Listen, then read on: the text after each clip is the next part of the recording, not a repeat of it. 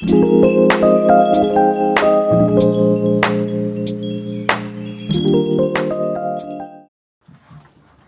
이러면 표지판 넘기시고 이렇게 이쪽을 보시면 자화상이 있어요. 자, 여기다가 선생님이랑 개념을 좀 정리하고 그 다음에 여러분 빈칸들 하나씩 채울 건데 우선은 여러분 이쪽하고 사쪽에 좀 비어있는 곳이 있어. 거기에다가 필기할 수 있으면 거기다 필기를 하고 이러면 먼저 이제 수업을 해보자. 우선은 여러분 지금 이 출제 유형을 좀 보면요. 자화상은 매년 여러분 한 3문제, 많으면 4문제가 출제가 되고 있는데 우선은 여러분 학교에서도 전반적으로 선생님들이 매년 바뀌시니까 왜냐면 사립이 아니니까 계속 선생님 바뀌시잖아요. 그래도 전반적으로 여러분 꼭 내는 문제 유형이 하나 있어. 어떤 거냐면 현실적인 자아하고 이상적 자아를 구분할 수 있는지. 그래서 여기서는 자아의 구분을 이거는 무조건 꼭 한 문제씩은 내신다라고 생각을 해주시면 되고 그 다음에 여러분 여기 표현법이 좀 꽤 쓰여요. 그래서 표현법을 여러분 물어보는 문제는 단독 문제로 내기도 하시고 아니면 선택지로 조항으로 문제를 내시기도 해서 우리는 표현법을 정리를 해봐야 될 것 같아요. 자, 여기서 우리 표현법은 선생님이 번호를 매겨버릴 건데 번호를 쭉 매긴 다음에 본문에다가 찾아서 번호를 1번, 2번 이렇게 찾아버리자. 자, 우선은 열거법도 사용을 하고요. 자, 그 다음에 반복법도 사용을 했고요. 그 다음에 세 번째 우리 시적 허용도 사용을 하고요. 물론 이미지가 다양하긴 하지만 공간학적 이미지도 사용을 하고요. 이거 사용하고 5번째 대조법도 사용을 하고요. 대조법 사용하고요. 그 다음에 6번째 우선 수미상관이라고 하는 방식도 사용을 해요. 수미상관. 그래서 전반적으로 요 6가지의 표현법을 두드러지게 사용을 하고 그래서 여러분 여기선 선생님들께서는 대부분 좀 여러분 대조법이랑 그 다음에 사실 수미상관 좀 많이 물어보기도 해. 그래서 우선은 이렇게 해서 표현법 6개를 좀 먼저 선생님 써놓을게. 자, 그 다음에 여러분 또 이제 문제를 선생님이 내시면 어떤 문제를 좀 내냐면 여러분 교과서에 작품을 감상하는 관점에 대해서도 지금 개념이 설명되어 있거든요. 그래서 작품을 감상하는 관점이랑 연결해서도 문제를 출제할 거야. 그게 여러분 선생님 어디에 정리해놨냐면 여러분 우리 사쪽에다가 선생님 문학작품을 감상하는 관점 맨 아래다가 그걸 써놨을 거야. 그거랑 같이 연결해서 한번 정리 한번 해보자. 그래서 우선은 여러분 여기 세 번째 선생님들이 출제를 하신다고 하면 작품의 여러분 감상 관점. 자, 이 3가지를 선생님은 얘들아 다른 거는 제형 못하더라도 이 3가지는 꼭 기억을 했으면 좋겠어. 그래서 이렇게 봐주시고요. 자, 그러면 이제 우리 1년부터 한번 시작을 해봅시다. 자, 1년. 자, 산 모퉁이를 돌아 논과 외딴 우물을 홀로 찾아가서 가만히 들여다봅니다. 여기서 여러분 화자에 상황이 들어가 있는데요. 화자의 상황은 뭐라고 했냐면 우물을 들여다봐요. 그러면 여기서 우물을 들여다보는 게 화자의 상황이고요. 어디 가서 이걸 하고 있냐면 공간이 얘들아 논과 외딴 우물이라고 하는 공간이 나와요. 근데 자, 논과 외딴 우물에 어떻게 하고 있냐면 자, 외딴 곳에 갔어요. 그 다음에 홀로 찾아갔어요. 그러면 왜 혼자 찾아갔는지랑 왜 외딴 곳을 갔는지를 여러분 생각을 해봐야 될 것 같아. 자, 이렇게 된 이유는 뒤에 가만히 들여다봅니다라고 하는 부분이랑 연결이 돼야 될 것 같아요. 자, 가만히 들여다보면 우물 속에 계속 내 얼굴을 계속 이렇게 들여다볼 수 있는 거네. 우물에 비친 내 모습을 계속 들여다보고 있으니 우리 여기서 여러분 들여다봅니다라고 하는 이 부분이 그러면 성찰적 태도를 가지고 있는 거네요. 자, 내 자신을 가만히 들여다보면서 나란 어떤 존재가 나라고 하는 사람은 어떤 사람이지? 이런 것들을 생각을 하고 있으니까 성찰적 태도가 나오면 우리 다 세모 표시를 해버리자. 성찰적 태도가 나오면 다 세모 표시를 할게. 자, 그 다음에 여러분 그러면 화자가 내 자신에 대해서 생각을 할 거야. 혹은 나라고 하는 사람은 누구지? 나라고 하는 인물은 무슨 인물일까? 이런 걸 고민을 하는데 친구들이랑 다 같이 막 다 시끌벅적한 곳에 가서 여러분 나라고 하는 존재를 좀 생각할 수가 있을까요? 그건 아니죠. 그 다음에 여러분 내가 다른 사람들이랑 가득 있는 곳에 가서 막 이렇게 정신없이 시끄러운데 거기서 이걸 할 수 있는 건 아니잖아요. 그러면 여러분 외딴 곳에 홀로 가서 여러분 이걸 들여다보는 이유는 뭘 하기 위한 거냐면 성찰을 하기 위해서 외딴 곳에 갔고 성찰을 하기 위해서 홀로 갔다라고 생각을 해주면 될 것 같아. 그래서 여러분 여기서 외딴 홀로라고 하는 부분에 만약 밑줄 그어서 그 의미를 찾으세요라고 하면 여러분 바로 성찰을 하기 위해서 하고 있다라고 생각해주면 될 것 같아. 자, 그러면 그곳에 여러분 뭘 하고 있냐면 우물을 보고 있잖아요. 자, 우물에다가는 네모 표시를 딱 하나 해주시고 여러분 요거는 지금 작년, 재작년 모두 다 우물이라고 하는 곳에 밑줄 딱 긋고 이거랑 똑같은 시어가 들어가 있는 작품 고르세요. 뭐 이런 문제 나오니까 요거 좀 정리 한번 해보자. 자, 우물은 여러분 내가 내 얼굴을 비춰볼 수 있으니까 시적 대상을 확인할 수 있는 공간이야. 그래서 시적 대상을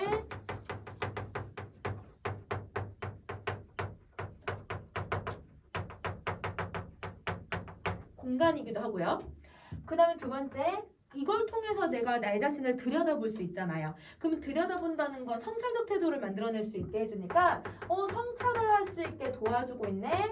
이러면 도와주는 것을 우리는 매개체라고 부르죠. 그래서 성찰의 매개체를 들고 있다. 자, 그 다음에 세 번째, 여기 지금 나오지는 않지만 나중에 뒷부분에 보면 계속 우물에 나를 들여다보면서 내가 찾던 나의 모습이 우물에 있다고 생각을 해. 나에 대한 존재를 찾아내면서 여러분 뭘 하게 되냐면 갈등을 해소할 수 있게 해줘요. 갈등 해소를 도와주는 역할을 한다. 그래서 여러분 공간적인 배경이 될 수도 있고 그 다음에 성찰의 매개체의 기능도 가지고 있고 갈등 해소도 도와주고 있다. 이렇게 세 가지로 정리를 해주면 될 것 같아. 자, 이게 1년에 대한 내용이에요. 그럼 1년 이렇게 정리하셨으면 2년으로 한번 가보자. 자, 2년. 자, 우물 속에는 달이 밝고 그럼 여러분 달이라고 하는 애가 있대. 달 동그란 표시할게. 자, 구름이 흐르고요. 구름도 동그란 표시할게요. 자, 그 다음에 하늘을 펼친대요. 하늘 동그라미 표시할게요. 자, 그 다음에 파란 바람이 분대요. 바람 동그라미 표시할 거고요. 자, 그 다음에 가을이 있대요. 가을 동그라미 표시를 할게요. 자, 그러면 여러분 지금 뭘 하고 있냐면 우물 속에 비친 자연들을 쭉 나열해 놓고 있는 상황이야. 그럼 우리 나열하면 표현법 찾기로 했으니까 이게 바로 열거법에 해당하는 거네. 그러면 여러분 선생님이 1번 여러분 열거법을 그 문장에다가 아래다 써주시면 될 것 같아요. 동그란 표시한 거 아래에다가 열거라고 써줄게.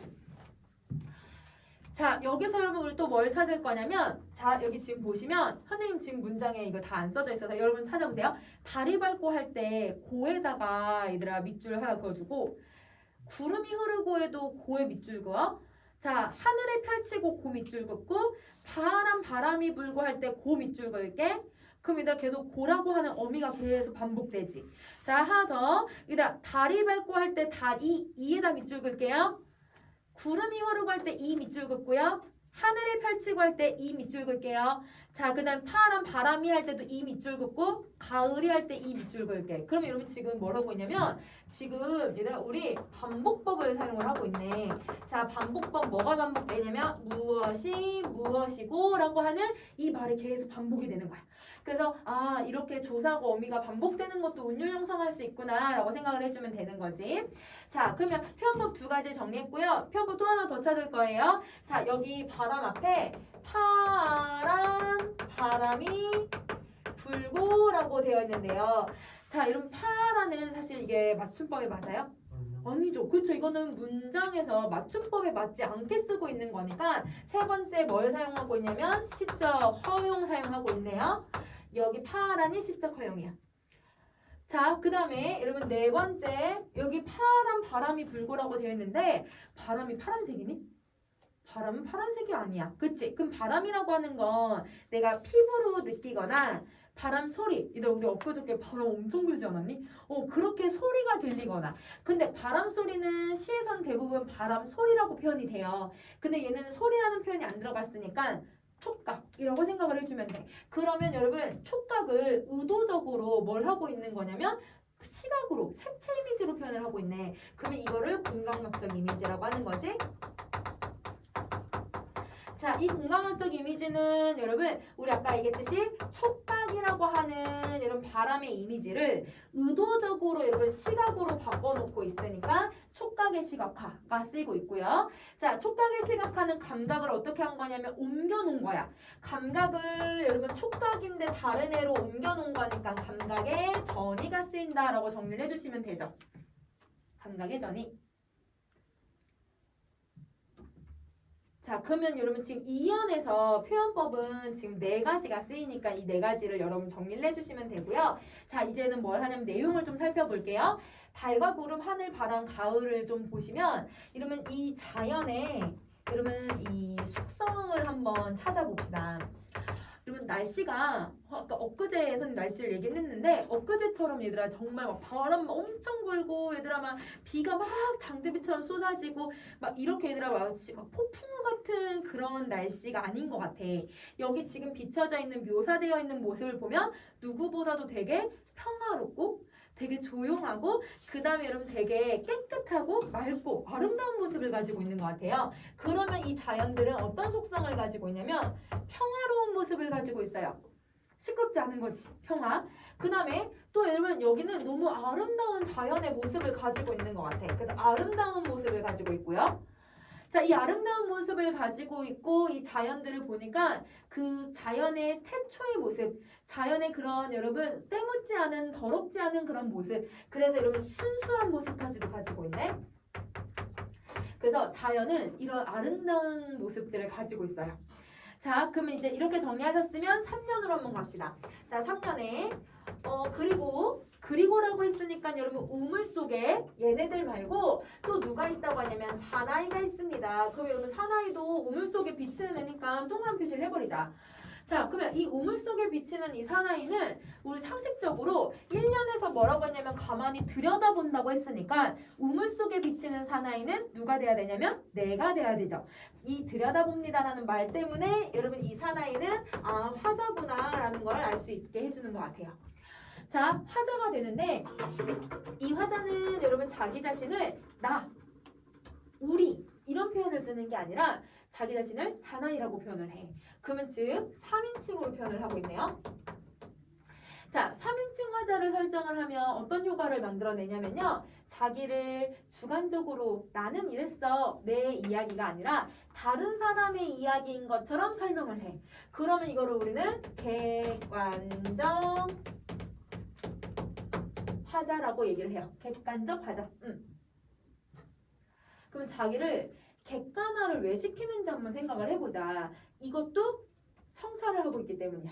자, 이러면 내가 나라고 하는 존재가 무엇인가? 라고 고민을 할 때 나를 너무 주관적으로 나를 합리화시키고 나를 너무 사랑해서 나를 너무 좋아하게 표현을 하면 이거는 객관적이지 않잖아. 성찰을 하는 의미가 없잖아요. 그러면 여러분 객관적 화자를 설정하는 이유도 이것도 여러분 성찰을 효과적으로 제시하기 위해서 이렇게 하고 있다. 그러면 이 작품은 모두 다 성찰을 중심으로 돌아가. 자, 농가 외딴 우물이라고 하는 공간을 설정해 놓은 것도 이러면 성찰이고 그 다음에 외딴 홀로 다 성찰의 의미 때문에 만들어지고 있다. 자, 그러면 그 사나이가 있는데 어쩐지 그 사나이가 너무 미워져서 돌아갑니다. 그러면 여러분 거기에 미워져라고 되어 있잖아요. 그러면 화자는 지금 무슨 감정을 느끼고 있냐면 미워졌다라고 하는 정서를 느꼈어. 그래서 여러분 미워졌다에다 밑줄 그으셔도 될 것 같아요. 밑줄 긋고 아니면 네모 표시를 해주시고 자, 미워져서 돌아가는 이 과정에서 여러분 화자는 이렇게 보시면 돼요. 자연은 아름답고 순수하고 평화로워. 근데 자기는 너무 미워. 그럼 여러분 이 두 개의 과정에서 뭐가 등장을 하냐면 얘는 예쁜데 얘는 안 예쁘네. 그러면 여기에서 뭐가 드러나고 있는 거냐면 여러분 우리 이게 화자하고 그 다음에 이 자연이 대조되고 있다라고 하는 걸 알 수 있게 해주죠. 그래서 대조법이 여기서 등장을 해요. 그래서 여러분 저기 5번의 대조법 이렇게 정리해주자. 그럼 여러분은 어떻게 해주면 되냐면 사나이하고 자연하고 이렇게 동그란 표시된 거에다가 화살표 표시해가지고 대조된다고 써주면 될 것 같아. 자, 그러면 이 감정을 기억하시고 그 다음에 이제 사연을 갈게요. 사연. 자, 돌아가다가 생각을 하니 얘들아 내가 너무 미워져서 돌아섰는데 돌아가서 다시 생각을 해보니 내가 너무 가엾어진대요. 그러면 여러분 여기서 내 자신을 생각하고 있으니까 돌아가다 생각하니 이것도 여러분 그럼 우리 성찰적 태도네. 그러니까 세모 표시를 해줘야지. 자, 그리고 나서 가엾어졌대요. 그러면 이것도 정서니까 여러분 우리 이거에다가 네모 표시 쭉 해주시고 그러면 여러분 여기서 정서가 어떻게 변하냐면 미워졌다가 가엾어진다라고 이렇게 정서 변화가 일어나면 되겠다. 정서 변화 일어났어요. 자, 그 다음 도로 가서 또 들여다보니 사나이는 그대로 있습니다. 자, 여러분 지금 뭐라고 했냐면 또 얘들아 들여다보니를 또 써. 그러면 이 들여다보니는 당연히 또 성찰을 하고 있으니까 세모 표시를 해주시고 자, 사나이 그대로 있는 거 맞죠? 내가 얼굴을 들여다보고 있으니까 그러면 여기서는 정서 변화가 일어나고 있다는 걸 기억을 해주시고 그 다음에 이제 오연 갑시다. 자, 오연. 다시 그 사나이가 미워져서 돌아갑니다. 여러분 여기서 다시 또 미워졌대요. 그러면 여러분 여기 정서 표시해주시고 가여워졌다가 미워지고 있는 거네. 그럼 여러분도 화살표 표시 쭉 해주자. 미워졌다, 가여워진다, 미워진다. 자, 돌아가다가 생각을 하니 그 사나이가 그리워집니다. 다시 여러분 돌아가다 또 생각할게요. 그러면 여기 돌아가다 생각하니 요거 얘들아 다시 세모 표시해줘야지. 자, 그리고 나서 화자는 무슨 감정을 느끼냐면 그리워진대요. 그러면 그리워집니다. 다시 네모 표시해주시고 그리고 나서 미워진다라고 연결해주면 되겠다. 그러면 화자는 계속 정서가 변화가 일어나고 있는데 그 정서 변화는 얘들아 들여다보고 그 다음에 돌아간 다음에 이러면 감정을 느끼고 다시 들여다보고 이러면 감정을 느끼고 돌아서고 다시 또 들여다봐. 그러니까 감정이 계속 여러분 행위의 반복을 통해서 드러난다라고 생각을 해주면 되는 거지. 자, 그러면 이제 여기까지 보시면 이제 여러분 뭘 찾으셔야 되냐면 그리워하는 대상이 누군지를 찾으셔야 돼요. 그리움의 대상을 한번 찾아보자. 자, 이 그리움의 대상은 여러분 우리 누구에서 찾을 거냐면 유견에서 찾는다라고 생각을 해주시면 돼요. 자, 유견을 보시면 우물 속에는 달이 밝고 구름이 흐르고 하늘이 펼치고 바람이 불고 가을이 있고 여기까지는 어디랑 똑같아? 이온이랑 똑같아. 그렇지. 그러면 여러분 여기서는 이온이랑 똑같으니까 이거를 이제 수미상관이라고 보셔도 되고요. 학교 선생님에 따라서 좀 달라요. 수미상관으로 설명하시는 선생님도 계시지만 이게 아니라 연이 반복된다 라고 설명하시는 선생님도 계셔. 그래서 여러분 이거랑 연반복이랑 똑같다고 생각을 해주면 될 것 같아. 수미상관이랑 연이 반복된다라는 거랑 똑같은 말이야. 자, 근데 달라진 것 하나 있어요. 어떤 게 달라졌냐면 추억처럼 사나이가 있대요. 그럼 여기 있는 추억처럼 사나이가 바로 그리움의 대상이에요.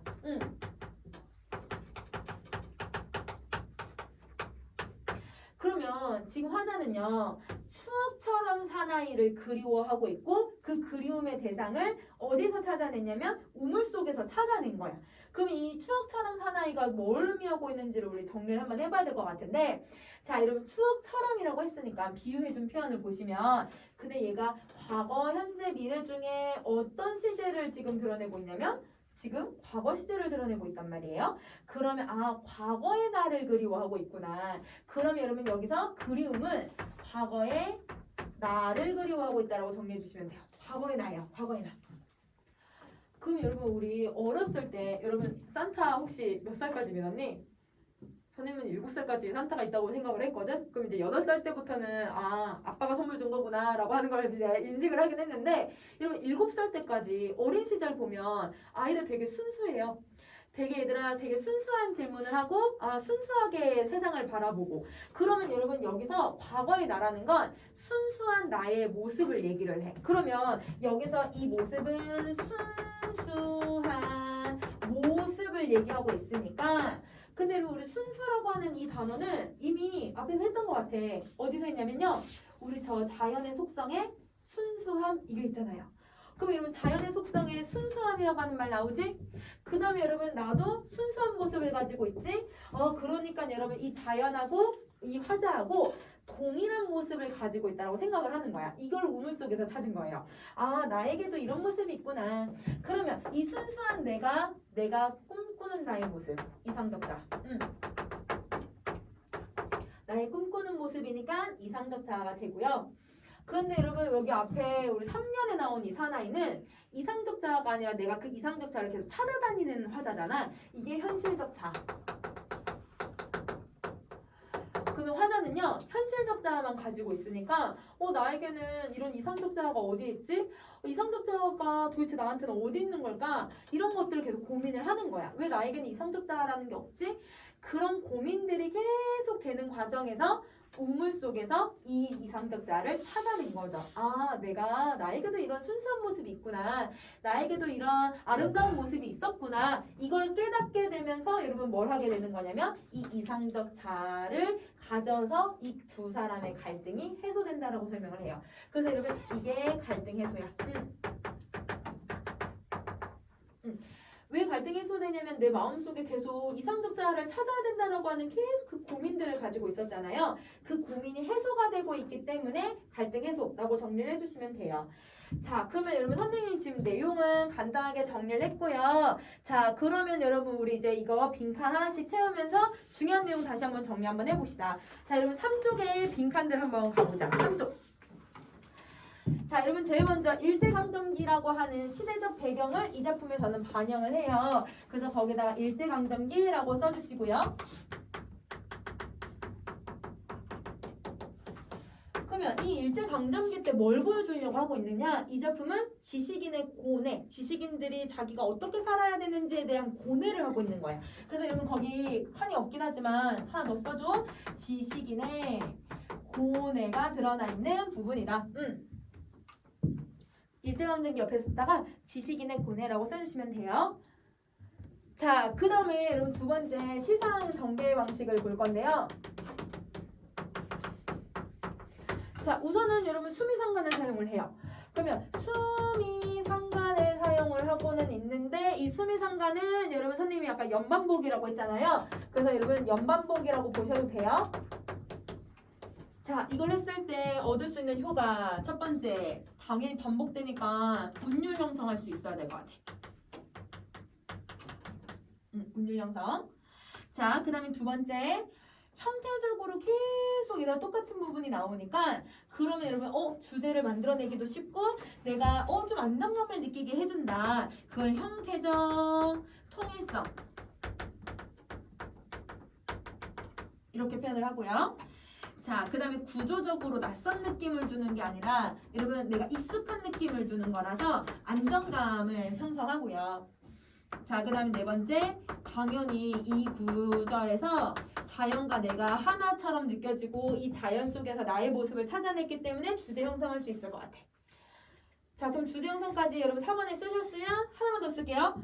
여러분 선생님 5번은 안 만들어놨어. 그럼 여러분이 5번 밑에 하나 더 써줘야 돼. 자, 5번 누굴 찾냐면요. 여러분 여운을 형성해줘요. 여운이라는 건 나의 어떤 감정. 여러분 그 계속 생각나게 만들어주는 것, 독자에게 계속 감정을 불러일으키게 만드는 그 여운을 형성해준다. 이렇게 5가지야. 자, 그러면 이제 그 다음에 네 번째 정서 한번 쭉 정리해보자. 4번. 자, 여러분 우선은 특징은 화자 자신을 몇 인칭으로 표현을 했냐면요. 3인칭으로 표현을 해요. 그래서 자기를 어떻게 시키냐면 객관화를 시켜요. 그래서 여러분 성찰을 했을 때 좀 더 효과적으로 만들어내는 거야. 자, 그 다음에 두 번째 무슨 변화를 통해서 이 주제를 드러내냐면요. 행동과 행위를 계속 변화를 줘요. 그래서 행위라고 쓰셔도 되고 행동이라고 쓰셔도 돼요. 행동과 행위의 변화를 통해서 뭐가 변하냐면 정서가 변해요. 그러면 이 정서가 변하는 과정을 통해서 나에게는 이런 사람이 있었네, 나에게도 이런 모습이 있었네, 자신의 인식도 변하고 있다라고 생각을 해주시면 돼요. 자, 그럼 이제 4번 갈게. 4번. 자, 이제 화자의 정서 태도 갑시다. 우선 제일 먼저 아까 여러분 화자가 자기 자신에 대한 무슨 감정을 느끼고 있었냐면 미움의 감정을 느꼈거든요.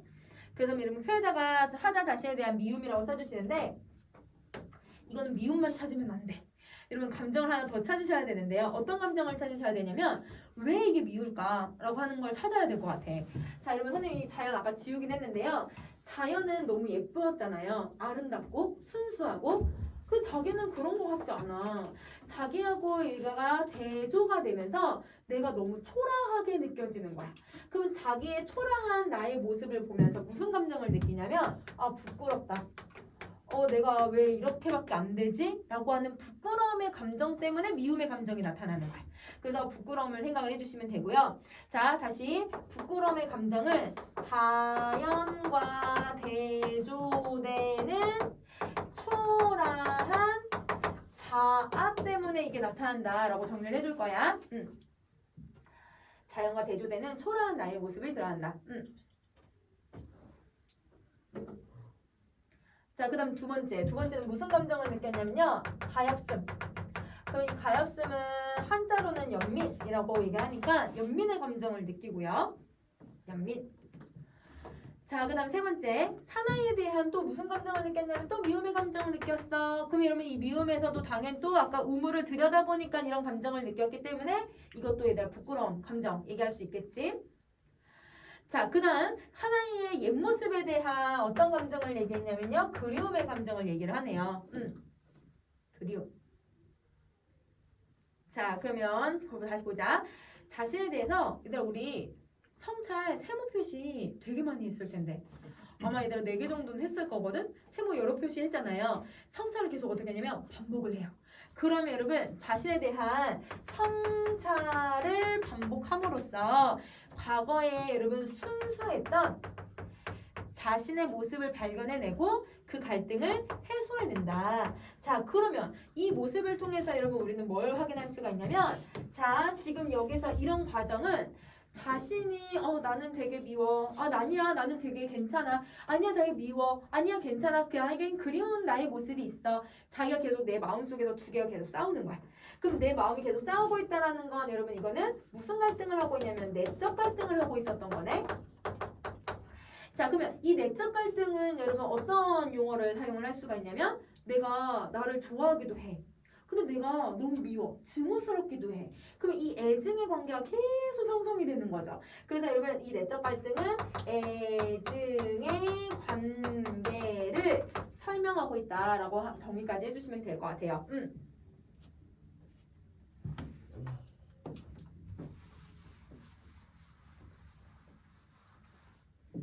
자, 그러면 이제 5번 갈게요. 우물은 자기 성찰의 매개체예요. 그래서 여러분 다시 한번 복습을 해주시면 매개체라고 써주시고 자, 그리고 화자에 뭘 비춰주냐면 화자의 얼굴을 비추는 게 아니야. 거울을 통해서 내 기억 혹은 내 추억 속에 내 내면을 바라보고 있는 거지. 그래서 여러분 내 내면을 드러내주는 도구다. 자, 갈등 해소도 얘들아 얘 때문에 할 수 있었던 거지. 그래서 여러분 이 매개체라고 하는 애 우물의 기능 잘 기억해 두시고요. 자, 사나이는 우물에 비친 화자의 모습이고요. 현실에 안주하고 있는 초라한 무슨 자냐면 현실적 자라고 해줘야 맞을 것 같아. 자, 현실적 자. 그런데 여러분 유견에 나온 사나이는 이상적 자라고 생각을 해줄 거야. 자, 그럼 다음 페이지로 갑시다. 자, 다음 페이지로 가서 6번 핵심 정리 가세요. 자, 이 작품의 주제를 보시면 여러분 어떤 주제가 드러나냐면요. 자, 여기서는 일제강점기와 근데 저는 조사가 잘못돼서 일제강점기와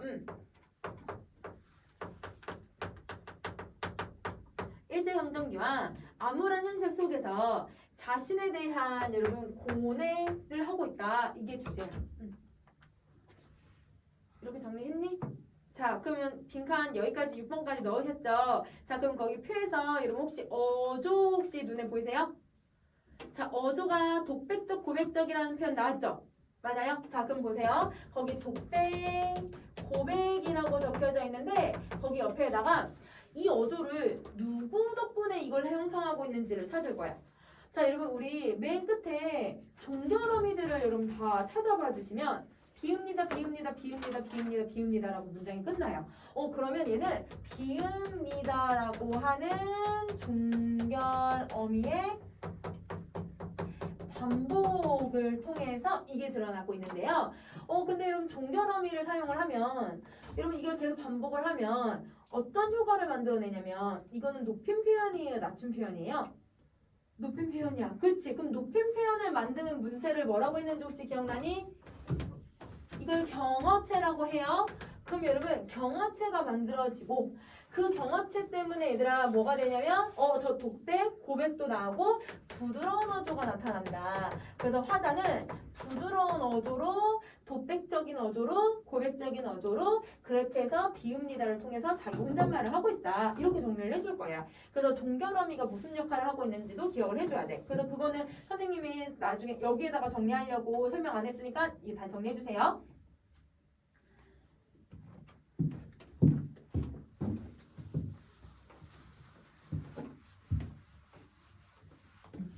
자, 정리 다 하셨으면 그 아래 이제 우리 감상 관점 이걸 한번 정리를 해봅시다.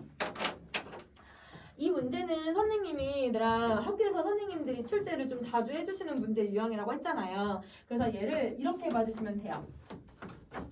보기를 통해서 문제를 출제를 많이 하시는데 보기가 이런 모양을 가지고 있어. 어떤 모양을 가지고 있냐면